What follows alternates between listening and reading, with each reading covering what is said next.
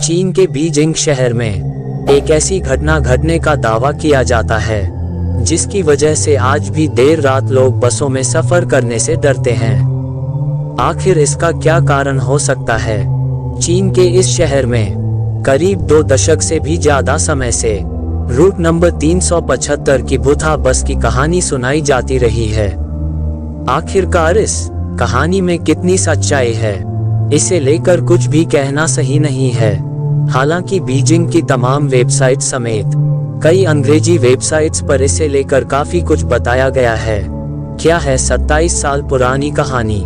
बात 14 नवंबर 1995 की है।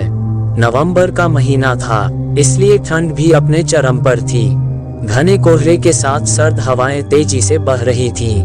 इस दौरान चीन की रूट नंबर 375 बस अपने निर्धारित समय पर युआन मिंगहुएन्स बस टर्मिनल से शियांगशान फ्रेग्रेंट हिल के लिए निकलती है। बस यात्रियों से खचाखच भरी हुई थी। हालांकि जैसे जैसे स्टेशन आते जाते यात्री भी धीरे धीरे कर बस से उतर जाते। देखते ही देखते अब बस पूरी तरह से खाली हो चुकी थी। बस में अब एक ड्राइवर और एक महिला कंडक्टर ही बचे थे। फ्रेग्रेंट हिल का सफ़र चूंकि अभी लंबा था, क्योंकि अभी और 7 स्टॉप बचे थे। लगभग आधी रात का समय हो चुका था। चारों ओर सन्नाटा पसरा था। जिस रास्ते से यह बस जा रही थी वह गांव और घने जंगलों के बीच से होकर गुजरता था। 1-2 स्टेशन गुजरने के बाद बस नंबर 375 समर पैलेस के बस स्टॉप पर रुकती है। यहाँ से एक वृद्ध महिला और एक 19 साल का लड़का जिसका नाम फुजोथा चढ़ते हैं। तभी एक कपल बस में आकर जल्दी से चढ़ जाते हैं। यंग कपल ड्राइवर के पीछे वाली सीट पर, तो लड़का बस के गेट की साइड वाली सीट पर जाकर बैठ जाता है। वहीं वृद्ध महिला लड़के के ठीक पीछे बैठी होती है। अब बस में कुल 6 लोग थे, 4 यात्री और 2 बस कर्मचारी। बस दोबारा अपनी मंजिल की ओर चल पड़ती है। अंदर का माहौल एकदम शांत था। इन 6 लोगों के अलावा दूर दूर तक कोई इंसान नजर नहीं आ रहा था। तभी अचानक से जोर की बारिश होने लगती है। बस अपनी पूरी रफ्तार से सन्नाटे को चीरती हुई फिर आगे बढ़ती है। लगभग 4 स्टॉप और गुजरने के बाद बस के ड्राइवर को 2 लोग सड़क किनारे खड़े नजर आए। ये देख पहले तो ड्राइवर ने बस को रोकने का नहीं सोचा, क्योंकि वो लोग जहां खड़े थे वह कोई बस स्टॉप नहीं था। हालांकि महिला कंडक्टर के समझाने पर ड्राइवर ने बस रोक दी, क्योंकि इस रूट की यह आखिरी बस थी। खैर, बस रुकती है और वे पीछे वाले दरवाजे से दोनों अंदर दाखिल हो जाते हैं। तभी हैरान कर देने वाली बात यह हुई कि बस में 2 नहीं बल्कि 3 लोग अंदर आए, जबकि बाहर केवल 2 ही लोग दिखे थे। उनमें से 2 व्यक्तियों के चेहरे बिल्कुल सफ़ेद थे, आम लोगों से भी ज़्यादा सफ़ेद, और तीसरे व्यक्ति को उन्होंने अपने कंधे के सहारे खड़ा कर रखा था। तीसरे व्यक्ति का सिर नीचे की ओर था, बाल बिखरे हुए, और उसका चेहरा बिल्कुल ढका हुआ था। तीनों लोगों ने चीन के प्राचीन काल के कपड़े पहने हुए थे। ये तीनों पैसेंजर बस की सबसे पीछे वाली सीट पर जाकर बैठ गए। बस में अशांति ना फैले, इसके लिए महिला कंडक्टर ने लोगों को समझाया कि हो सकता है ये लोग किसी नाटक कंपनी में काम करते हों और देर रात होने की वजह से या घर जाने की जल्दी में वे अपने कपड़े उतारना भूल गए हों। बस नंबर 375 यहाँ से आगे की ओर बढ़ी, लेकिन वृद्ध महिला बार बार पीछे की तरफ मुड़ मुड़ कर देख रही थी। अगला स्टॉप आता है तो यंग कपल वहां उतर जाता है। अब बस में कुल 7 लोग थे।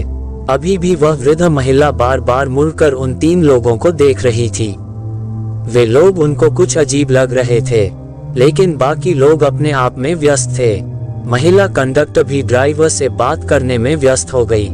करीब 2-3 किलोमीटर ऐसे ही आगे जाने के बाद वृद्ध महिला अपने आगे बैठे हुए लड़के को एक तमाचा लगा देती है और महिला जोर से चिल्लाती है और कहती है, मेरा पर्स कहाँ है? उसे मुझे जल्दी वापस करो। ये सुनकर महिला कंडक्टर वृद्ध महिला से कहती है, आपका पर्स इसने नहीं चुराया है, ये तो आपके आगे बैठा हुआ है। लड़के ने भी अपनी सफाई में यही बात कही, लेकिन वृद्ध महिला अपनी बातों पर अड़ी हुई थी। वह लड़के को पुलिस के हवाले करने की बात करने लगी। ड्राइवर और महिला कंडक्टर वृद्ध महिला को समझाते रहे, लेकिन वह नहीं मानी। उसने ड्राइवर को अगले स्टॉप पर बस रोकने के लिए कहा।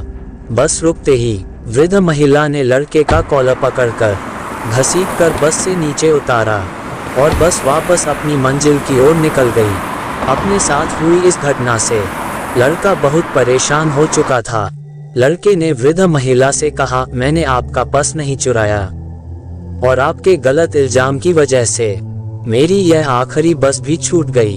अब मैं घर कैसे जाऊंगा और आप मुझे कौन से पुलिस स्टेशन लेकर जा रही हैं, क्योंकि यहाँ आसपास तो कोई पुलिस स्टेशन है ही नहीं। तभी वृद्ध महिला एक लंबी गहरी सांस भरने के बाद लड़के से कहती है, मैंने तुम्हें पुलिस स्टेशन ले जाने के लिए बस से नहीं उतारा और ना ही तुमने मेरा पर्स चुराया है। यह इल्जाम मैंने तुम्हारी जान बचाने के लिए लगाया था। वृद्ध महिला कहती है, याद है तुम्हें वे 3 व्यक्ति जो बस में आखिरी में चढ़े थे? मैं पूरे रास्ते उन पर नजर रखे हुए थी। मुझे शुरू से वे लोग अजीब लग रहे थे। रास्ते के दौरान जब मैंने उनकी ओर देखा तो दंग रह गई। तेज हवा के कारण उनके कपड़े उड़े थे और तभी मैंने देखा कि उनके पैर ही नहीं हैं। मुझे अपनी आंखों पर विश्वास नहीं हुआ। ऐसा लगा जैसे मैंने कोई सपना देखा हो। मैं लगातार उन पर नजर रखे हुए थी। तभी तीसरा व्यक्ति जो उन दोनों के कंधों पर था, उसका चेहरा मुझे दिखा। ये देख मैं समझ चुकी थी वह कोई इंसान नहीं है। मुझे जितना जल्दी हो सके उस बस से उतरना था और तुम्हारी भी जान बचानी थी। इसलिए मैंने अपना पर्स चोरी होने का झूठा इल्जाम तुम्हारे ऊपर लगाया ताकि उन लोगों को कोई शक भी ना हो और हम दोनों उस बस से सही सलामत नीचे भी उतर जाएं। इसके बाद वृद्ध महिला और लड़का तुरंत वहां से पुलिस स्टेशन जाते हैं और पुलिस कर्मचारियों को अपने साथ घटी इस घटना के बारे में बताते हैं। हालांकि यहाँ कोई भी उनकी बातों पर यकीन नहीं करता है। पुलिस उन्हें वापस घर लौट जाने की सलाह देती है। इसके बाद वृद्ध महिला और लड़का अपने अपने घर चले जाते हैं। अगले दिन 15 नवंबर की सुबह पुलिस को सूचना मिलती है कि युआन मिंग हुएन्स बस टर्मिनल से फ्रेग्रेंट हिल तक जाने वाली रूट बस नंबर 375 गायब है। बस अपने निर्धारित टर्मिनल तक नहीं पहुंची थी। इसके बाद बिना देरी किए वृद्ध महिला और उस लड़के को पुलिस स्टेशन बुलाया गया। यहाँ उनकी बातें रिकॉर्ड की गईं और देखते ही देखते ये खबर पूरे चीन के बीजिंग में आग की तरह फैल गई। रूट नंबर 375 की बस गायब है। पुलिस काफी मशक्कत और छानबीन करने के बाद भी बस नंबर 375 का पता नहीं लगा पाए। यहाँ तक कि पुलिस ने सारे सीसीटीवी कैमरे तक खंगाले डाले, मगर कुछ पता न चल सका। 16 नवंबर को पुलिस को सूचना मिलती है कि एक बस नदी में गिरी हुई है। ये वही बस थी। पुलिस क्रेन की मदद से उस बस को नदी से बाहर निकालती है। बस के अंदर कुल 5 लोगों की लाश थी। 2 लाशों की पहचान ड्राइवर और एक महिला कंडक्टर के रूप में की गई।